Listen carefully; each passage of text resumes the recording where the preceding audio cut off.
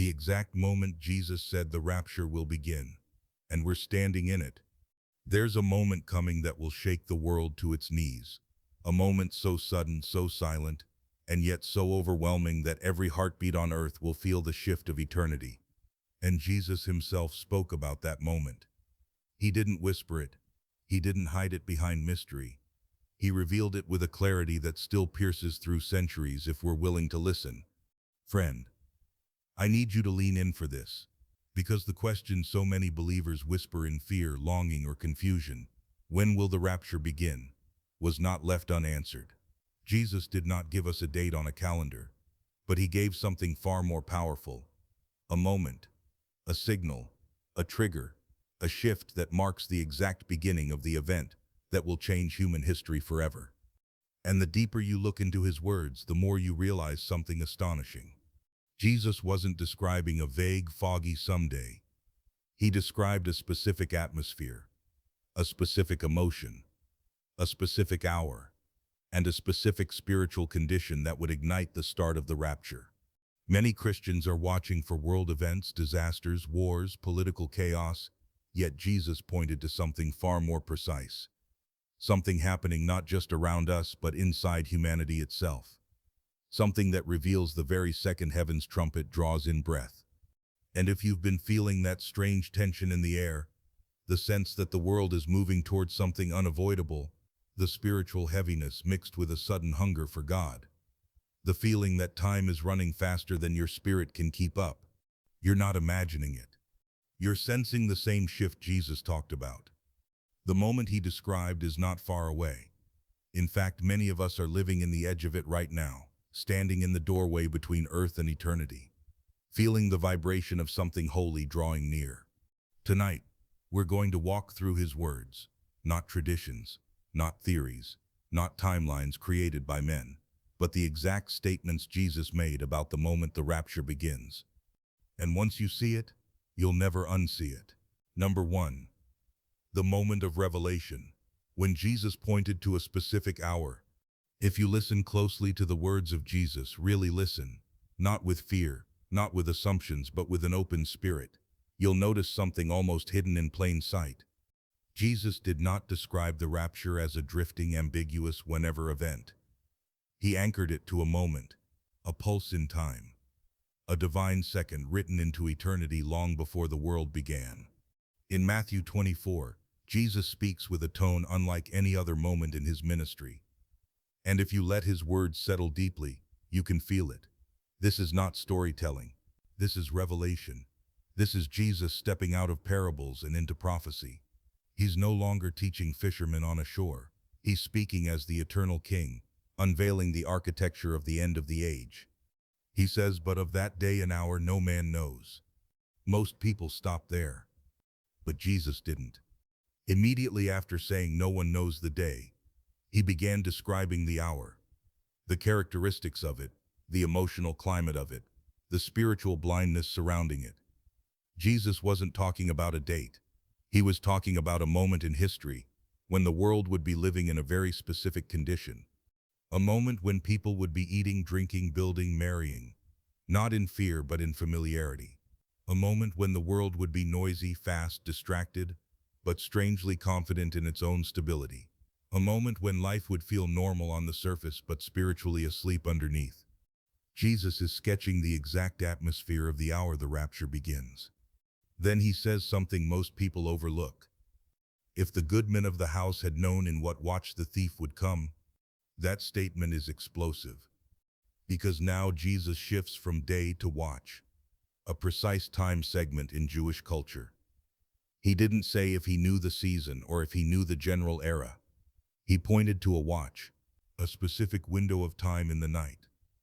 This is Jesus giving the world a clue, not a calendar date, but a moment that can be spiritually recognized by the ones awake enough to see it. A moment when darkness is deep, distraction is high, and people live as if tomorrow is guaranteed, even though heaven is preparing to interrupt tomorrow entirely. Jesus wasn't silent about the beginning of the rapture. He described the exact emotional and spiritual vibration of the hour it begins. And if his words feel familiar to you today, It's because we're stepping dangerously close to that moment right now. Number 2. The sign of sudden division. When one is taken and the other left. When Jesus spoke about the rapture, he didn't just describe an event. He described a moment of separation so sudden, so precise, that it slices through the fabric of ordinary life like lightning through a silent sky. And the way he described it gives us a breathtaking clue about the exact timing. Listen to his words. 2 will be in the field. 1 will be taken and the other left. 2 women will be grinding at the mill. 1 will be taken and the other left. 2 will be in one bed. 1 will be taken and the other left. At first glance, these sound like simple images, but on closer look, they reveal something astonishing. Jesus intentionally describes 3 different time frames happening at the same moment. Grinding grain, daytime activity. Working in the field, daytime activity. Sleeping in bed, nighttime activity. Day and night. Happening simultaneously. Jesus wasn't giving random examples. He was pointing to a global moment, a worldwide instant, when the rapture interrupts humanity across every time zone.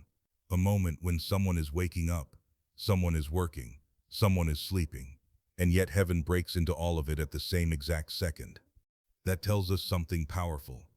The beginning of the rapture won't be a slow fade. It won't be a buildup. It won't be a countdown. It will be a global instant. But Jesus takes the revelation even deeper. Notice the ordinary activities he chose. Grinding grain routine. Working the field routine. Sleeping routine. Jesus is showing us that the rapture begins in the middle of normal life. Not when the world is frozen in fear. Not when everyone is looking at the sky. Not during catastrophe or collapse. He's describing a world doing what it always does, moving, building, planning, working, sleeping, completely unaware that eternity is about to collide with time. And the most shocking part? Jesus shows that the division happens within inches. 2 in one bed. 2 at one workplace. 2 doing the same task side by side. The separation is intimate, instantaneous, and razor sharp. Not based on closeness. Not based on activity. Not based on routine. It's based solely on the readiness of the heart. This is Jesus revealing the nature of the moment the rapture begins. Quiet. Ordinary. Familiar. A moment that feels like every other moment, until it becomes the moment that changes every moment after. And if the world today feels strangely normal on the surface while spiritually chaotic underneath, if people seem distracted, occupied, comfortable, and unprepared, then we're standing closer to that moment than the world realizes. Number 3. The days of Noah and the exact emotional climate Jesus warned about. When Jesus compared the beginning of the rapture to the days of Noah, he wasn't giving a poetic illustration. He was pointing to a precise emotional climate, a spiritual condition, and a specific moment in history that reveals how his return will unfold. Most people focus on the sin, the violence, the corruption of Noah's generation. But Jesus highlighted something far more subtle and far more terrifying.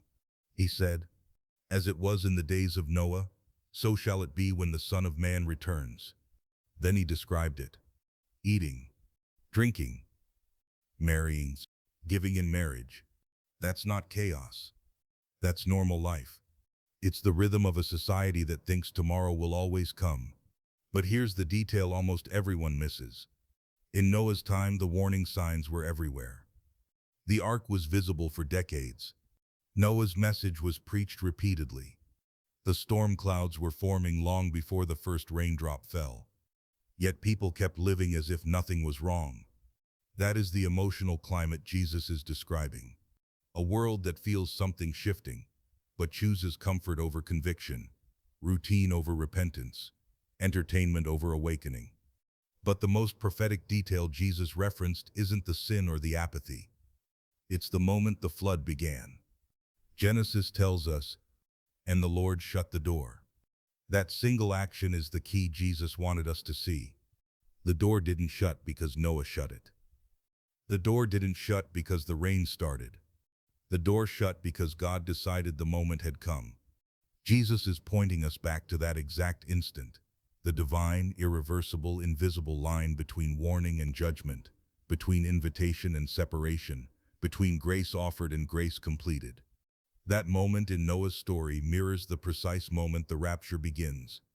A door closes in heaven. An age ends. A separation begins.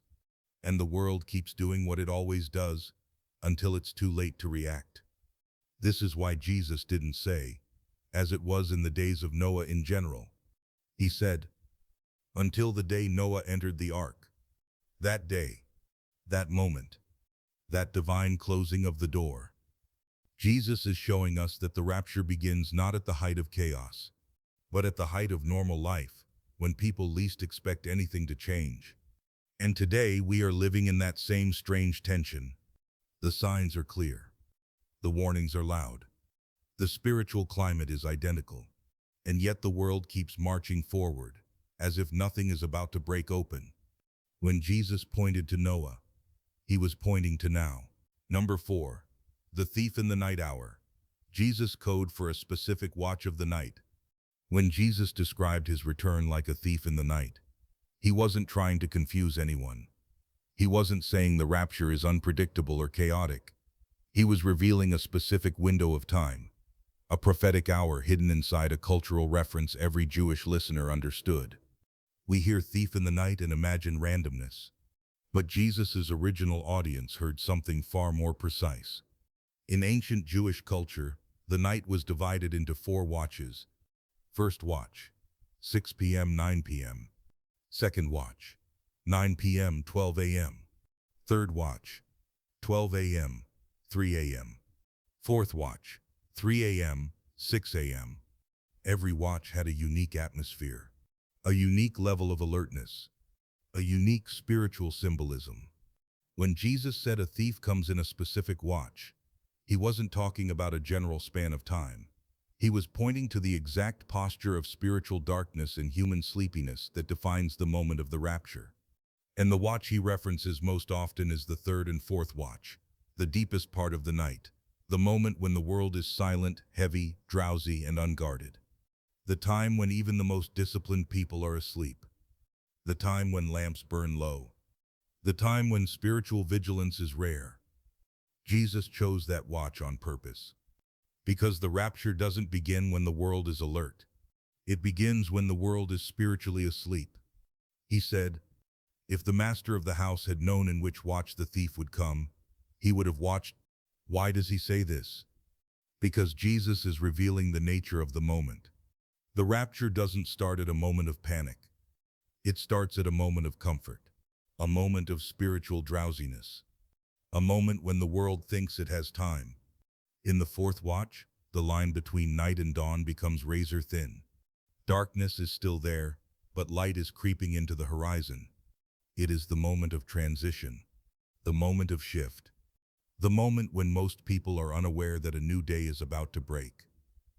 That's the moment Jesus chose to describe his return, not because he wants to hide it from his people, but because he wants his people to be awake when everyone else is asleep.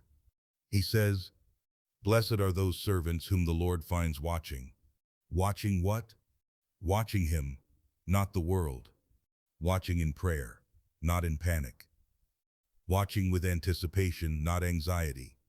The thief in the night is not a threat to the believer. It is a warning to the spiritually careless. Because Jesus wasn't describing the unpredictability of the rapture.